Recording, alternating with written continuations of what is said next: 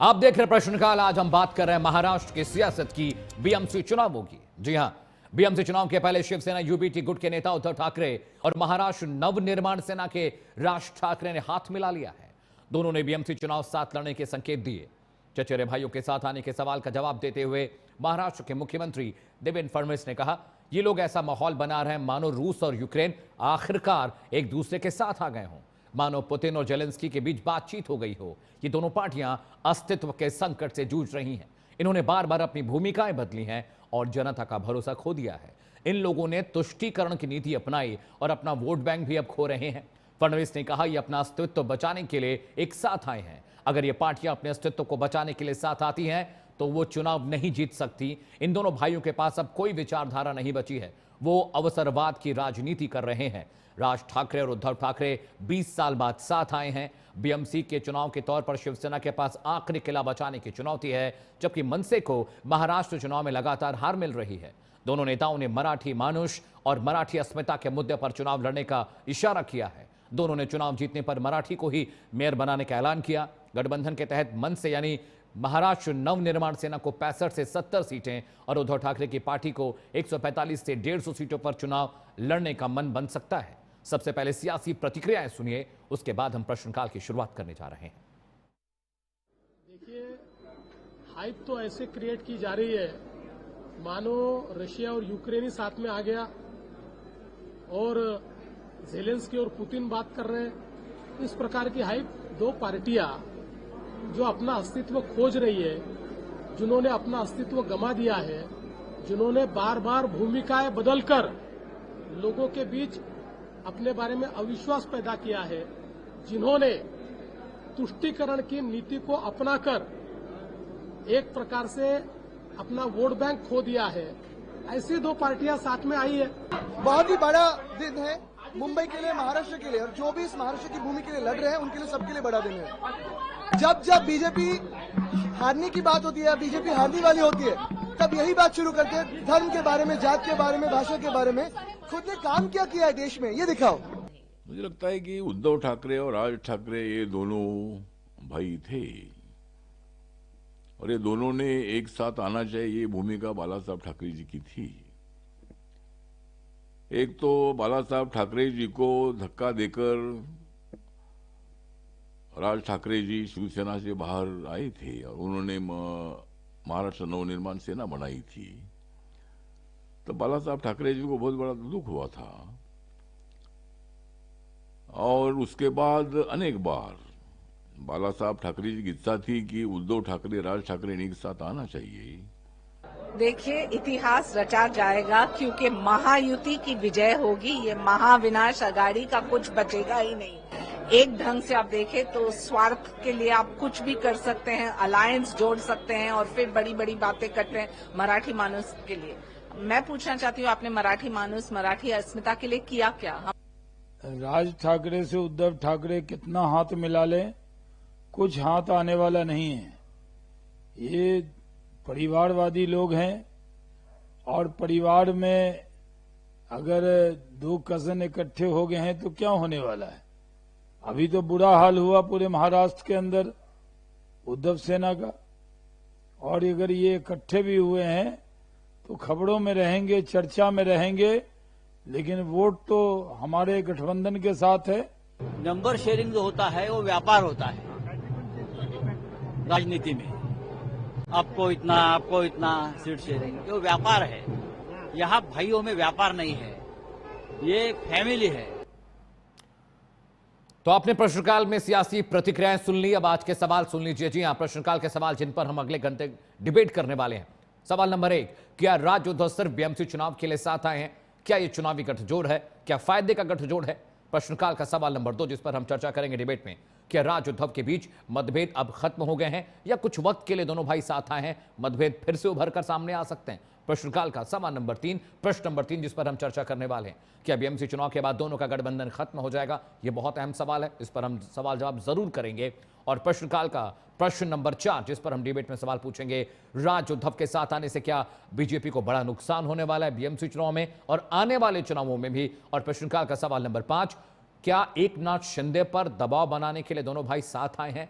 जिस तरह से शिवसेना एकनाथ शिंदे की हो गई, उद्धव ठाकरे को पीछे हटना पड़ा, क्या अब वो नैरेटिव गढ़ने और बनाने की कोशिश की जा रही है? एक बड़ा पैनल मेरे साथ जुड़ रहा है, स्वागत कीजिए वसीम खान साहब का, प्रवक्ता है भारतीय जनता पार्टी के।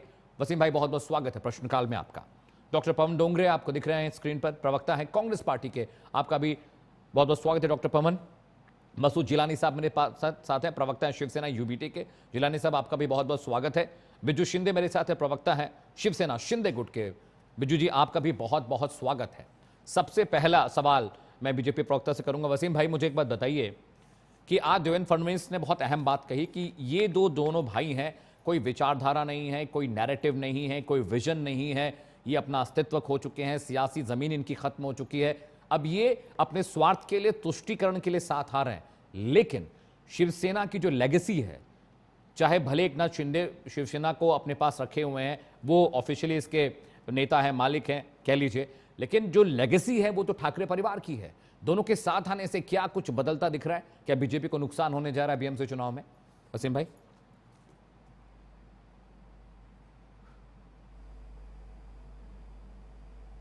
वसीम भाई, आप शायद म्यूट पर हैं, अनम्यूट कर लें एक बार आप शायद म्यूट हैं। बार बार स्वर्गीय बाला साहब ठाकरे जी के निवेदन पर भी राइट, जो लोग एक साथ नहीं आए, जिन्होंने शिवसेना को ऊंचाइयों पर पहुंचाया, जिन्होंने महाराष्ट्र और मुंबई के हित के लिए बहुत बलिदान दिया, उनके निवेदन, उनके कहने पर भी एक साथ नहीं आए। लेकिन आज उनको पता है कि हम दोनों को अपना अस्तित्व बचाना है, इसलिए अपने अस्तित्व को बचाने के लिए वो एक साथ आ गए। एक बात मैं आपको यहाँ कह दूं कि BMC is not a family business. Right, आप अपने परिवारवाद को एक बार फिर बढ़ाने के लिए मुंबई को वापस जो दौर लोगों ने देखा है, लूट खसूट वाले दौर में फिर ले जाना चाहते हो। लेकिन मुंबई की जनता होशियार है, उनको पता है कि विकास के मुख्य धारा से अगर जो जुड़ना है तो इस बार भी जो क्या नाम है, केंद्र में और राज्य में और एक बार फिर मुंबई बीएमसी में ट्रिपल इंजन की सरकार लानी पड़ेगी। और वो इसी मूड में है मुंबई का कि एक बार फिर से हमारा जो इंडिया अलायंस है, जो हमारा गठबंधन होगा, उसको ही वो अपना वोट देगी, ताकि मुंबई इसी तरह से विकास के पथ पर दौड़ती रहे। ठीक है, मैं मसूद जी के पास जा रहा हूं। जिलानी साहब, मुझे एक बात बताइए, जिस विषय को लेकर दोनों भाई अलग हुए, उस विषय के बारे में पूरी दुनिया जानती है, सियासी गलियों में इस बात की चर्चा और सब समझते हैं। तो ऐसा क्या हो गया अब कि दोनों भाइयों के बीच का मनमुटाव खत्म हो गया? क्या एमएनएस के जो चीफ हैं, उनके मन में क्या वो पुरानी बातें खत्म हो गई कि किस तरह से पार्टी पर कब्जा किया गया, उनके कद को, उनके पद को, उनकी प्रतिष्ठा को छोटा किया गया, काम किसी ने किया, इनाम किसी को मिला? और राज ठाकरे जिस तरह के नेता हैं, बहुत एग्रेसिव हैं, बहुत आउटस्पोकन हैं, जो बात होती है वो कह देते हैं, दिल में कोई बात रखते नहीं है। अब ये आरोप लग रहा है कि आप लोग सिर्फ बीएमसी चुनाव के लिए साथ आए हैं और ये गठबंधन बहुत छोटे टेन्योर का है। 74,000 करोड़ का बजट होता है बीएमसी का, विच इज ह्यूज। 8-10 राज्यों के बजट से भी बहुत ऊपर है। और आप लोग 10 साल रहे हैं, जब बीजेपी आपके साथ रही सत्ता में, तो आप लोगों का कब्जा था बीएमसी पे। अब ये जो नैरेटिव निकाला जा रहा है, पॉलिटिकल एक्सपर्ट्स कह रहे हैं कि अमित, ये सिर्फ एक अवसरवादी राजनीति का एक बहुत बड़ा एग्जाम्पल है। दोनों भाई साथ इसलिए आए हैं ताकि बीएमसी पर कुछ कब्जा हो सके, वहां पर कोई दाल रोटी चल सके, दाल गल सके, या अपना हित साधने के लिए आए हैं। जिलानी साहब, what's your view on that sir? नमस्कार। यहाँ पर मैं एक बात कहना चाहूंगा कि जिस तरह से आपने कहा कि हम क्यों एक हुए, हम इसलिए एक हुए क्योंकि महाराष्ट्र अभी धोखे में है। महाराष्ट्र को सिर्फ पावर गेम के लिए यूज कर रहे हैं। भारतीय जनता पार्टी जनादेश से और चुनाव से नहीं चुन के आ रही है। भारतीय जनता पार्टी सिर्फ और सिर्फ तोड़ के पार्टियां तोड़ना, तोड़ फोड़ के खरीदना, ये करके चुनाव कर रही है। उनके पास जनादेश भी नहीं है, सत्ता इस तरह से ले रही है कि तोड़ो मरोड़ो और उनको अपने पास लो और चुना। आज के तारीख में सिर्फ अगर वो दुनिया की 1 नंबर पार्टी कह रही है तो उनको लोगों को लेने की जरूरत क्या है? आज पैसे देके वो लोगों को लेनी पड़ी है। जनाधार आपके पास है कि हमारे पास है, ये सबको भली भांति पता है। आप बिहार के चुनाव आप देख लीजिए। तो मैं कुछ बातें आगे वसीम भाई मैं आता हूं, उनको जिलानी साहब को बात पूरी करने। जिलानी साहब अपनी बात पूरी रखिए, आप रखिए, बात रखिए। तो मेरा ये कहना है कि भारतीय जनता पार्टी ने जनादेश से चुनाव नहीं जीत रही है, वो सिर्फ तोड़फोड़ करके चुनाव जीत रही है। और जहां महाराष्ट्र की बात आएंगी तो महाराष्ट्र का हर आदमी, पूरे देश का भी इस महाराष्ट्र के साथ जुड़ने के लिए एक हो जाएगा। मराठी मानुस, मराठी मुद्दा तो ये है ही, मराठी के ऊपर से तो बोलेंगे ही, लेकिन महाराष्ट्र में पूरे देश के लोग, देश की जनता है, देश के लोगों के साथ के लिए महाराष्ट्र साथ में आना जरूरी है। और इसकी वजह से एक हुए, सत्ता के लिए, दाल रोटी के लिए एक नहीं हुए। जिलानी साहब देर नहीं कर दी, आपने हमेशा से जिलानी साहब लेट नहीं कर दिया। बाला साहेब ठाकरे चाहते थे दोनों भाई फिर से एक साथ हो जाएं, और सिर्फ बाला साहेब ने नहीं, बहुत सारे सीनियर लीडर शिवसेना के थे, उन सब ने बहुत कोशिश की। और मैं तो नाम भी ले रहा हूं, एकनाथ शिंदे ने भी बहुत कोशिश की कि दोनों भाइयों में सुलह हो जाए। क्या उस वक्त महाराष्ट्र की चिंता नहीं थी? महाराष्ट्र के बलिदान की चिंता नहीं थी? मराठी माणूस की चिंता नहीं थी? शिवसेना की चिंता नहीं थी? दोनों भाई ऐसे टूट कर अलग हुए जैसे लगता था कि कभी एक दूसरे को जानते भी नहीं, आंखें नहीं मिलती थी, दोनों परिवारों के बीच बातचीत बंद हो गई थी। जब महाराष्ट्र में आदरणीय बाला साहेब ठाकरे जिंदा थे, जब साथ में थे, लेकिन आज जब जरूरत पड़ी महाराष्ट्र को, हमको नहीं, उद्धव बाला साहेब ठाकरे की बात नहीं कर रहा हूँ, महाराष्ट्र को मराठी मानुस की जरूरत पड़ी है, इसलिए दोनों पार्टियां एक 20 साल लग गए समझने में Jilani sahab. It took 20 years to understand that Marathi Manus needs a Shiv Sena, Raj Thackeray, Uddhav Thackeray. It took you 20 years to understand। Biju Shinde मैं आपके पास आ रहा हूँ। डॉक्टर पवन, यहाँ का महाराष्ट्र को सिर्फ दिल्ली के इशारों पे नचाने के लिए भारतीय जनता पार्टी यहाँ पर पावर गेम खेल रही है। वो पावर गेम को ब्रेक करने के लिए हमको एक होना। हमने देखा है, आज हम ये श्री उद्धव ठाकरे जी का, सोनिया गांधी जी के, वसीम भाई, I am going to doctor Pavan Dongre. ठीक है जिलानी साहब, मुझे लगता है पवन सर ज्यादा बेटर समझाएंगे इस सिनेरियो। ठीक है Jilani sahab, allow me to speak, we have lot of time. वस्तु sahab, we have lot of time to speak, we have lot of time. Doctor Pavan, just tell me honestly sir, आप तो वहां की सियासत को बहुत वक्त से देख भी रहे हैं, समझते भी हैं। 20 साल लग गए राज ठाकरे, उद्धव ठाकरे को साथ आने में, और अब आप पब्लिक से ये कहेंगे कि मराठी मानुष, मराठी अस्मिता, मराठी मेयर देने जा रहे हैं, मराठियों का बलिदान हमें याद है। 20 साल लग गए सर ये करने में, और 10 साल आप बीएमसी में बीजेपी के साथ रहे, और अब आप आरोप लगा रहे हैं कि दिल्ली से सब कुछ कंट्रोल हो रहा था, कांग्रेस को आपने छोड़ दिया, आप दोनों भाई साथ आ गए। पौंडोगरे थोड़ा समझाइए, मैं चाहता हूं आप क्लैरिफाई करिए। 20 साल बहुत ज्यादा वक्त होता है समझने के लिए, Marathi manus is very important for us. Amit ji, एक लाइन में अगर कह दूं, राइट सर, तो वो लाइन होगी, देर आए पर दुरुस्त आए। दो भाइयों का मामला है, दो परिवार है, अगर एक जगह पे आता है तो कांग्रेस ने हमेशा जोड़ने की यहाँ पर आप खेल गए डॉक्टर पवन, यहाँ पर आप खेल गए। आपने कभी तोड़ने की राजनीति तो की नहीं है ना, तो हमको उसका कोई अफसोस नहीं है। दूसरी बात वसीम भाई, मेरा टाइम है। वसीम भाई, मैं आ रहा हूँ। सबसे इंपॉर्टेंट बात बोलना चाहूंगा वसीम भाई, आप भी सुन लीजिए, क्योंकि मेरा टाइम चल रहा है, अभी तो हमको डिबेट के अंदर समय कम मिलता है। No doctor Pavan, you will get lot of time to speak, you will get equal time sir. Okay, thank you so much Amit ji, thank you so much. मेरा ये बोलना है कि महाविकास आघाड़ी के अंदर ये विधानसभा के लिए महाविकास आघाड़ी बनाई गई थी, लेकिन स्थानिक पार्टी के ऊपर कांग्रेस पार्टी ने ये डिसीजन लिया है, हमारे आला कमान है उन्होंने ये निर्णय लिया है कि स्थानिक पार्टी के ऊपर हम लोग निर्णय ले सकते हैं। हमारे जो पीसीसी प्रेसिडेंट है उन्होंने ये निर्णय लिया है कि जो हमारे डीसीसी प्रेसिडेंट रहते हैं, डिस्ट्रिक्ट कांग्रेस कमेटी के, और हमारे शहर जिला कांग्रेस कमेटी के, वो लोग इसका निर्णय लेंगे। तो उन्होंने हर जगह पे अपने अपने हिसाब से ये डिपेंड करेगा महाविकास आघाड़ी का। दूसरी बात है, अगर दोनों भाई एक जगह पे आते हैं तो इसमें बुरा क्या है, देर आए दुरुस्त आए। दोनों भाई बाला साहब ठाकरे उनको एक जगह पे लाना चाह रहे थे, कांग्रेस को पसंद नहीं करती है। ठीक है, राज ठाकरे तो कांग्रेस को बिल्कुल पसंद नहीं करते, राज ठाकरे तो कांग्रेस को बिल्कुल पसंद नहीं करते हैं।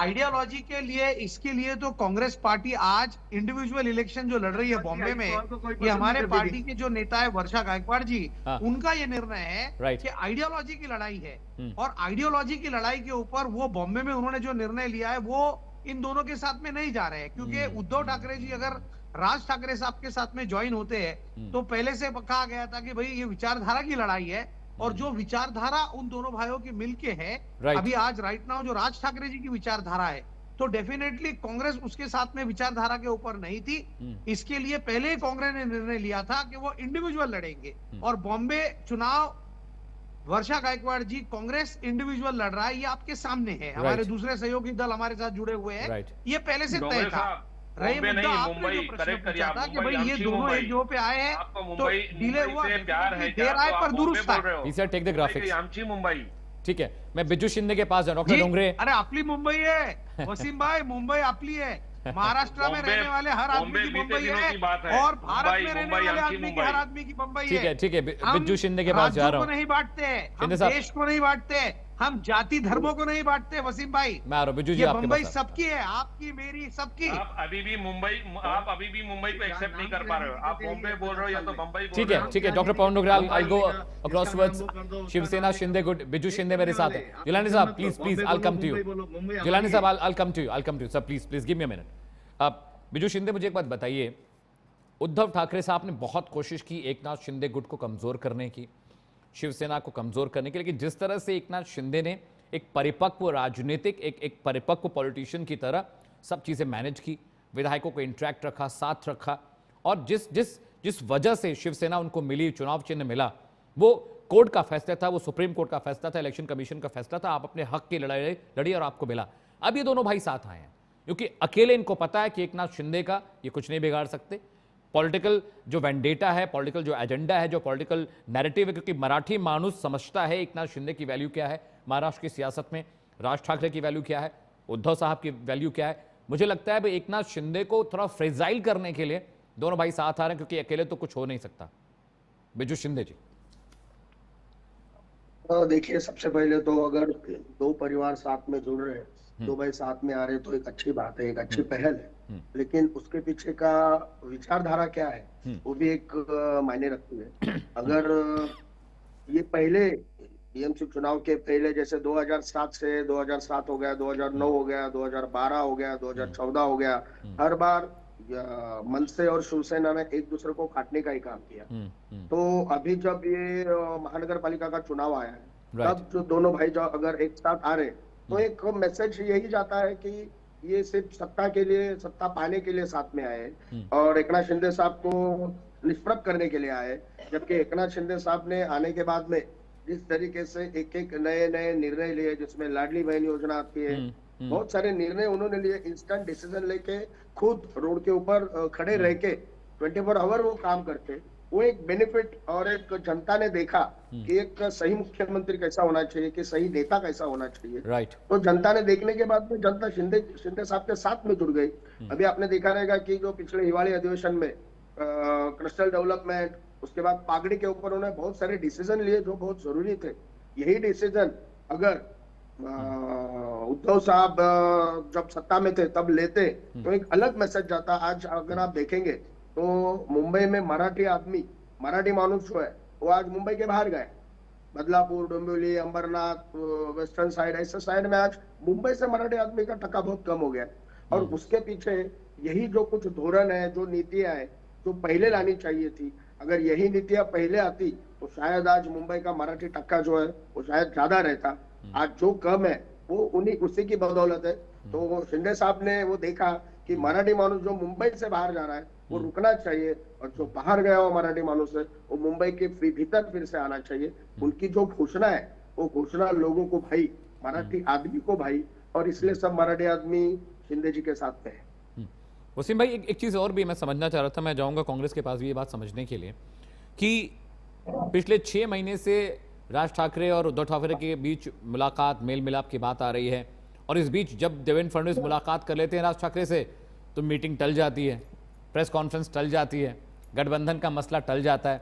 इस बार देवेंद्र फडणवीस की मुलाकात नहीं हुई, इस बार देवेंद्र फडणवीस मिले नहीं, और फाइनली प्रेस कॉन्फ्रेंस हुई, दोनों भाई साथ आए, दोनों भाइयों के बेटे भी मंच पर दिखाई दिए, परिवार के लोग भी मंच पर दिखाई दिए, संजय राउत साहब भी वहां दिखाई दिए अपने चिरपरिचित अंदाज में।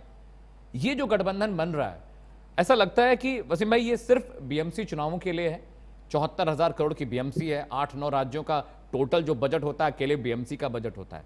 और एक चीज और भी है कि महाराष्ट्र की सियासत में बाला साहेब की जो लेगेसी है वसीम भाई, वो कभी मरेगी नहीं। और मुझे लग रहा है दोनों भाइयों ने अलग अलग होकर बहुत कोशिश कर ली, मन से लगातार चुनाव हारती रहे। उद्धव ठाकरे साहब का भी बहुत अच्छा प्रदर्शन विधानसभा चुनाव में नहीं था, नगर निगम के चुनाव में बहुत अच्छा प्रदर्शन नहीं था। तो उनको लग रहा है कि सारे जो टूल हैं वो तो हमने यूज कर लिए, लेकिन अब एक टूल बचा है जो बाला साहेब का नाम है, उस पर राजनीति करके देखे जाए। आपको क्या लगता है बीजेपी को नुकसान पहुंचेगा इससे? वसीम भाई। देखिए, स्वर्गीय बाला साहब ठाकरे की नीतियों को बढ़ाने के लिए उनकी नीतियों पर चलना होगा, ना कि उनके फोटो के साथ आपको सत्ता में आने का ख्वाब देखना पड़ेगा। राइट। आज जो स्वर्गीय बाला साहब ठाकरे की नीतियों को श्री एकनाथ शिंदे जी ने आगे बढ़ाया है, भारतीय जनता पार्टी ने आगे बढ़ाया है। इन्होंने तो बाला साहब ठाकरे के सपनों को चकनाचूर करने का काम किया है। आपको मालूम है बाला साहब ठाकरे ने क्या कहा था कि मैं अपनी राजनीतिक दुकान बंद कर दूंगा, लेकिन मैं कांग्रेस के साथ जाना पसंद नहीं करूंगा जी। फिर आपने खुद के फायदे के लिए सत्ता के लालच ने उद्धव जी को हमारे पीठ में छुरा भोंकने के लिए मजबूर कर दिया और वो जाके कांग्रेस सत्ता की सवेरे 6 बजे वो कर लिया। वो चला, पास ना नीतियां है ना नीति है, वो हमारा नहीं कर सकते। वो 10-15-20 जिलानी साहब, मैं आ रहा हूँ आपके पास। मसूद साहब, मैं आ रहा हूँ। Let Waseem put his points. I am coming to Masood bhai, मैं आपको टाइम दूंगा, बिल्कुल ऑनेस्टली टाइम दूंगा, ऑनेस्टली। सबका साथ, सबका विकास, सबका विश्वास की नीति है हमारी। आखिरी छोर पर खड़े व्यक्ति की आंखों में खुशी हो, उनके जीवन में खुशहाली आए, इसी संकल्प के साथ हम आगे बढ़ते हैं। हमारा मुंबईकर सुखी रहे, समृद्ध रहे, हमारी मुंबई में शांति रहे, डेवलपमेंट रहे, इसी एजेंडे के साथ हम आगे बढ़ रहे हैं। इसीलिए किसी के भी आने जाने से हमारे ऊपर कोई फर्क नहीं पड़ता।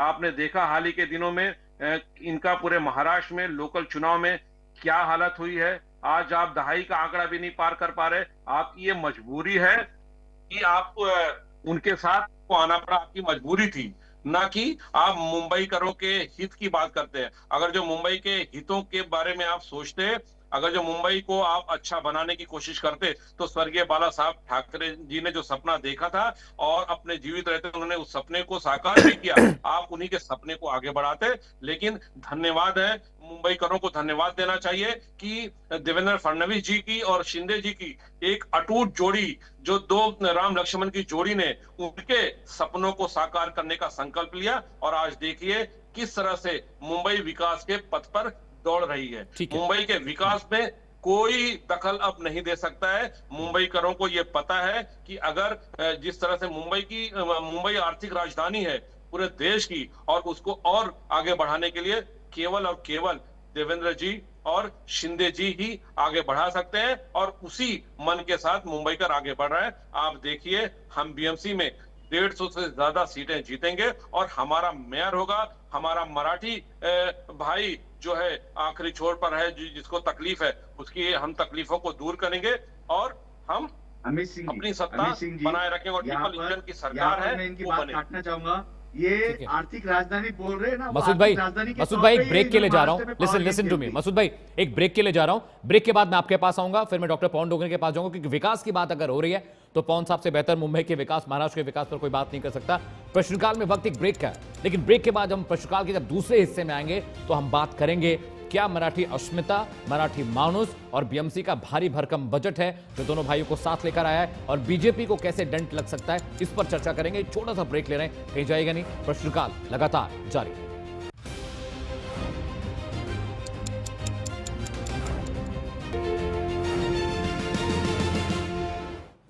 ब्रेक के बाद आपका स्वागत है। आप देख रहे हैं प्रश्नकाल। एक खास पैनल मेरे साथ है, वसीम खान साहब मेरे साथ हैं, बीजेपी के प्रवक्ता है, डॉक्टर पवन डोंगरे मेरे साथ है, कांग्रेस का पक्ष रख रहे हैं, मसूद जिलानी साहब में प्रवक्ता है शिवसेना यूबीटी गुट के, बिज्जू शिंदे मेरे साथ है, प्रवक्ता है शिवसेना शिंदे गुट के। जिलानी साहब, मेरा सवाल यही है कि जो आरोप बीजेपी लगा रही है, उन आरोपों पर आपकी सफाई क्या है? और 20 साल तो बहुत लंबा वक्त होता है ये समझने और जानने में कि Marathi people needs you. Jilani साहब, महाराष्ट्र में बीजेपी की पहचान किसने दिया? महाराष्ट्र में बीजेपी को पहचान किसने दिया? हमारे आदरणीय बाला साहेब ठाकरे ने दिया ना, हाँ दिया कि नहीं?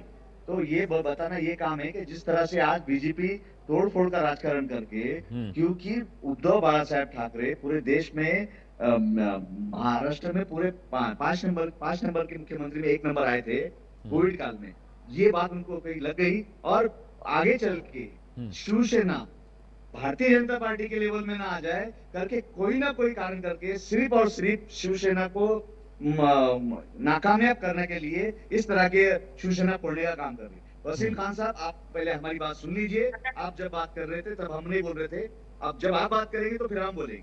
जी मसूद साहब, मैं ये बोल रहा हूँ कि जो हाँ ये भारतीय जनता पार्टी ने जिस तरह से तोड़फोड़ कर राजनीति कर रही है, जो ये कर रही है हमारे अस्तित्व टिकाने के लिए, महाराष्ट्र का अस्तित्व टिकाने के लिए आज हम एक हुए। और 20 साल तो इनके साथ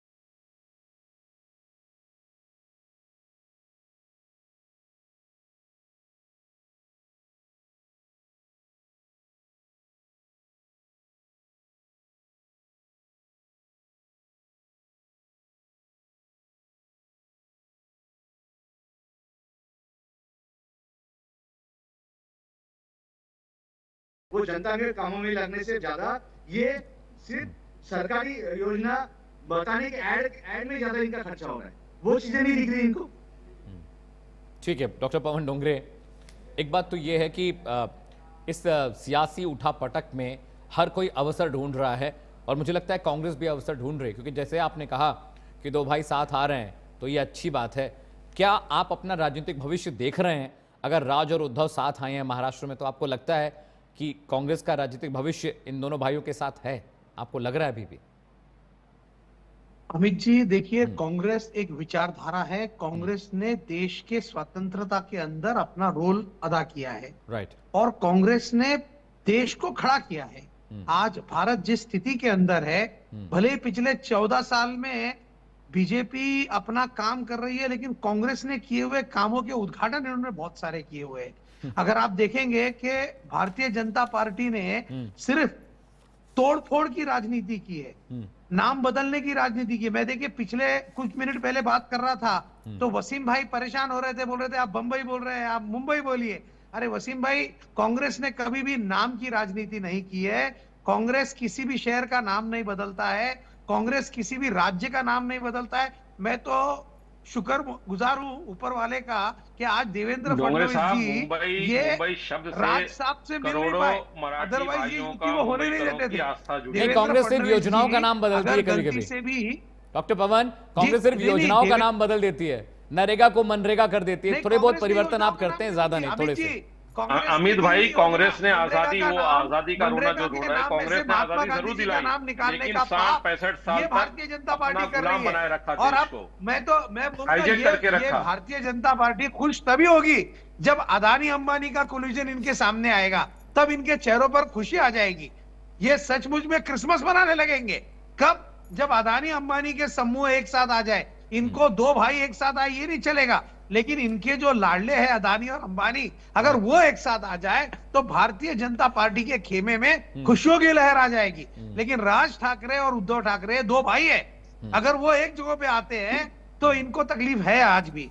तो ये सारी चीजें भारतवर्ष को एक साथ आने में किसी को तकलीफ नहीं है। आने में वसीम भाई तोड़ की राजनीति तो आप ही अच्छी तरीके से जानते हैं। सुबह के 4 बजे अजीत दादा को सुबह में कौन ने 4 बजे लेकर गया, ये आपसे अच्छा किसको पता है? नीति के साथ, नीयत के साथ वो इकट्ठा हुए हैं। इंटरव्यूज के ऊपर देवेंद्र फडणवीस बोल रहे थे कि मैं अविवाहित रहूंगा मगर अजीत दादा के साथ नहीं करूंगा। अब तो सुबह शाम अजीत दादा यही आज भी हम कहते हैं कि अगर आज भी आज भी अगर जो विकास नीतियों में हमारे साथ कोई भी दल खड़ा होना चाहे, हम उसका स्वागत करेंगे। हम विकास से हम कोई समझौता नहीं करेंगे। आज भी अगर जो हमारे एजेंडे पर कोई हमारे विकास के एजेंडे पर अगर जो कोई चलने के लिए तैयार है तो हम उसका वेलकम करेंगे। सिर्फ मुझे बताइए, लोगों के मुद्दे उठाए जा रहे हैं क्या? आप मुंबई का कोस्टल रोड देखिए, डोंगरे साहब, आप मुंबई के विकास को देखिए, अरे देश में जो महंगाई बढ़ रही है उसके मुद्दे आप उठाने दे रहे हैं क्या? आप तो आपने 15 देश को में विभाजित कर रहे हैं मेट्रो और आप बनाई थी। क्रिश्चियन घाटकोपर से का दौर आ है।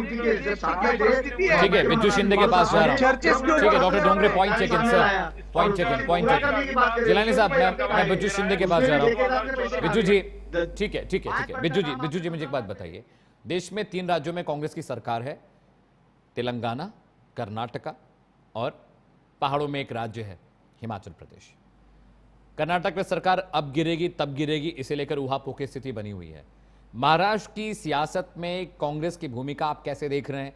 क्योंकि लगातार कांग्रेस अपना जनाधार भी खो रही है, लगातार चुनाव में हार भी हो रही है, तो बार बार एकनाथ शिंदे का नाम लेकर, बार बार बीजेपी की योजनाओं का नाम लेकर, नाम बदलने को लेकर, ये तमाम नैरेटिव कांग्रेस के पास भी हैं और जो उद्धव गुट है उनके पास भी हैं। महाराष्ट्र की सियासत में मौजूदा अभी जो करंट सीनेरियो चल रहा है बिज्जू शिंदे, वहां पर आप कांग्रेस की भूमिका कैसे देख रहे हैं? बीएमसी चुनाव को भी लेकर बताइए और विधानसभा चुनाव और तमाम चुनावों को लेकर भी बताइए। बिज्जू शिंदे, आप शायद म्यूट पर हैं। बिज्जू शिंदे, आपकी आवाज नहीं आ रही, आप म्यूट हैं शायद, देखिए जी।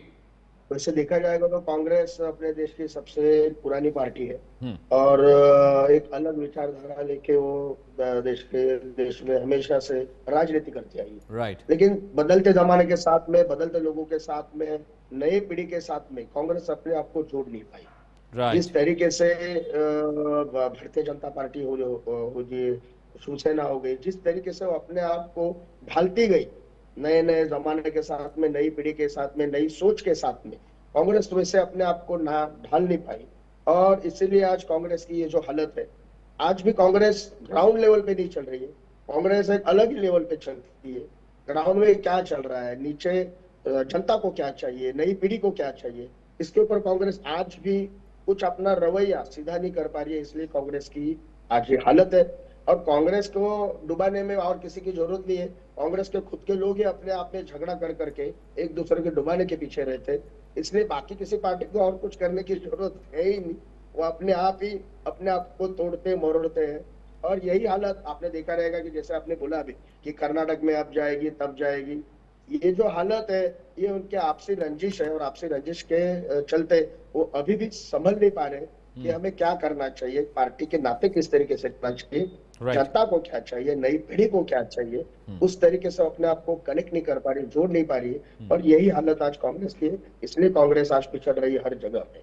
ठीक है वसीम भाई, मुझे एक बात बताइए कि चाहे वो कांग्रेस हो चाहे उद्धव साहब हो, हालांकि आज जब प्रेस कॉन्फ्रेंस हुई आपने एक बात गौर की होगी, उद्धव ठाकरे ने बीजेपी के लिए जरूर प्रहार किया, लेकिन राज ठाकरे के मुंह से बीजेपी के लिए कुछ नहीं निकला। बीजेपी के लिए ज्यादा उन्होंने कटाक्ष नहीं किए, बीजेपी पर ज्यादा बातचीत नहीं की। तो कहीं ना कहीं जो दोस्ती है देवेंद्र फडणवीस की, राज ठाकरे की, एक फैमिली लेगेसी है, पुराने दोस्त हैं, मिलते हैं, त्योहारों पर मिलते हैं, परिवारों में कोई फंक्शन होता है तो ये तस्वीरें मैंने देखी हैं, दोनों परिवार मिलते हैं।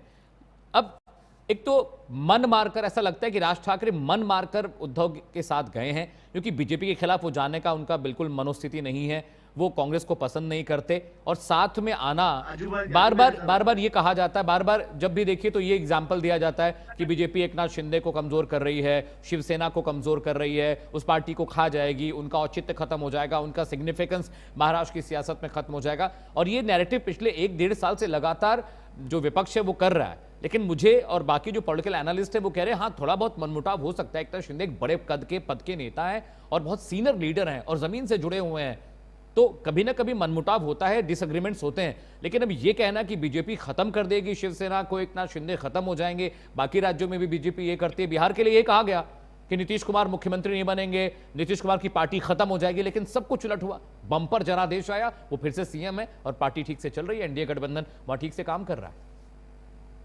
वसीम खान, बिल्कुल हम अपने अलायंस पार्टनर की बहुत रिस्पेक्ट करते हैं। आपने देखा होगा कि 2020 में भी नीतीश जी की कितनी सीटें आई थी, लेकिन फिर भी हमने उनको CM थे। मुख्यमंत्री बनाया। हाँ। फिर 2025 में भी वही हमने किया। हमारे साथ अलायंस पार्टनर जो है, हम उनकी पूरी इज्जत करते हैं। और आज देखिए देवा भाऊ और एकनाथ शिंदे जी की चाणक्य जोड़ी ने महाराष्ट्र और मुंबई की पूरी काया पलट। आज देखिए मुंबई सामने आज जो देखिए आज मुंबई कितनी तेजी से विकास के पथ पर दौड़ रही है। आज हमारी बहनें, आज हमारी लाडली बहनें, आज मुंबई महाराष्ट्र में हजारों लाखों लाडली बहन है जो आज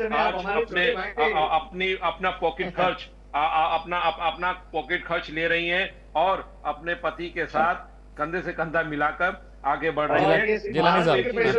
देखिए आज ये बताइए, जो पार्टी 20 साल से अपना जनाधार 1 से 1.5% से आगे नहीं बढ़ा पाई, वो एक साथ आके क्या करेगी? और मोदी का जनाधार आप देखिए कितना गया। महाराष्ट्र में इतने नगर अध्यक्ष इन्होंने बना पाए, ये लड़की बहन आने नगर सेवक बन पाए, उससे आप बताइए कि उनका जनाधार क्या है। देखिए आपकी नीति सही हो और नीयत साफ हो और अगर आप देश हित में ठीक है वसीम भाई, ठीक है, तो आपको आगे से आगे बढ़ने से कोई नहीं रोक पाएगा। सत्ता डॉक्टर पवन वसीम भाई, आपकी दी हुई इज्जत पूरे देश के सामने टीवी चैनल पे यहीं पर है। हमारे लिए सत्ता एक शिवसेना की 2 शिवसेना आपने कर दी, उद्धव बाला साहब ठाकरे की शिवसेना और आपने शिंदे गट की शिवसेना। ये दी हुई आपकी इज्जत सामने बैठी हुई है। और एक इज्जत आपने दी हुई जो है अजीत दादा पवार और शरद पवार साहब। आपने अजीत दादा पवार को भी कितनी इज्जत दी कि शरद पवार से आपने तोड़ दिया। तो भारतीय जनता पार्टी जिस पार्टी को इज्जत देती है उसको 2 टुकड़े में बांटती है।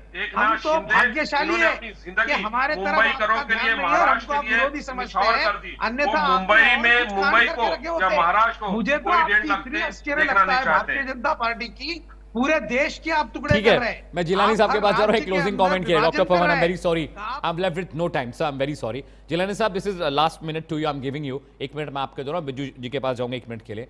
पहले दोनों भाई एक दूसरे से अलग होते हैं जिलानी साहब, एक दूसरे के नैरेटिव का विरोध करते हैं कि भाई उनकी पॉलिटिकल लाइन अलग है, मेरी पॉलिटिकल लाइन अलग है, और उसके बाद दोनों अचानक एक हो जाते हैं। तो जो कार्यकर्ता है उद्धव गुट का, राज गुट का, उसको बड़ा कंफ्यूजन हो गया भाई, भी दोनों भाई अलग अलग थे, दोनों का पॉलिटिकल नैरेटिव अलग अलग था, दोनों एक दूसरे को पसंद नहीं करते थे, एक दूसरे के खिलाफ कैंडिडेट उतार रहे थे, लड़ रहे थे, अब अचानक दोनों एक साथ आ गए।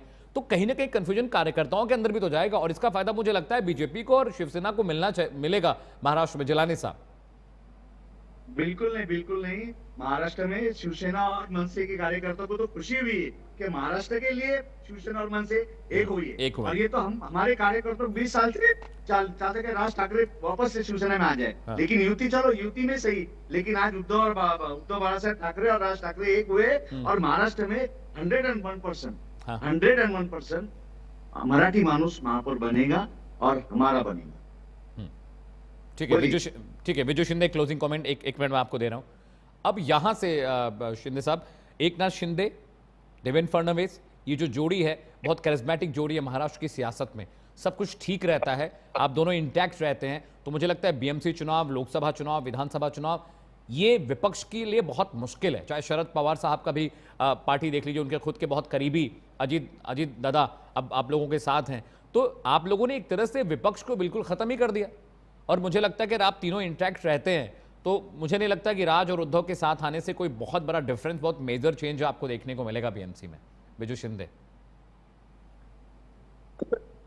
तो जो सवाल भी पूछा उसी में आपका जवाब है, विरोधियों को स्पेस रखी ही नहीं है, क्योंकि विरोधी अपनी साख नहीं बचा पाए, ना विरोधी अपने आप को बचा पाए, इसलिए आज ये उनकी हालत है। तो आपके सवाल में ही जवाब है कि आने वाले दौर में मुंबई महानगर पालिका के चुनाव हो या पूरे महाराष्ट्र में जितने महानगर पालिका के होने वाले चुनाव हो, ऑब्वियसली वही होने वाला है जो विधान परिषद में और नगर परिषद में पिछले इलेक्शन को जो रिजल्ट आया है, और रिजल्ट में आपने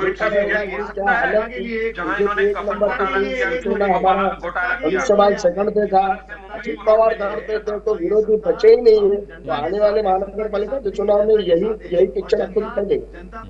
ठीक है, बहुत बहुत शुक्रिया। कोविड का दौर भूला नहीं है, मुंबईकर को याद है कोविड में किस तरह आपने रोड पर बिलखता हुआ छोड़ दिया था मुंबईकरों को। आपने कफन घोटाला किया, आपने खिचड़ी घोटाला किया।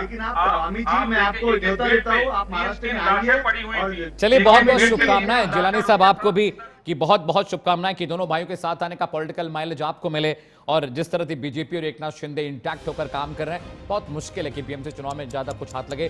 74,000 करोड़ का बजट है, देश के 8 राज्यों का उतना बजट नहीं जितना बीएमसी अकेले डकार जाती है, खा जाती है। ये लड़ाई सिर्फ सत्ता की नहीं, साख की भी है। आने वाले वक्त में देखेंगे साख किसकी बचती है। रुक रहे एक ब्रेक के लिए, ब्रेक के बाद भी प्रश्नकाल पर खबरों का सिलसिला प्राइम न्यूज पर लगातार जारी है।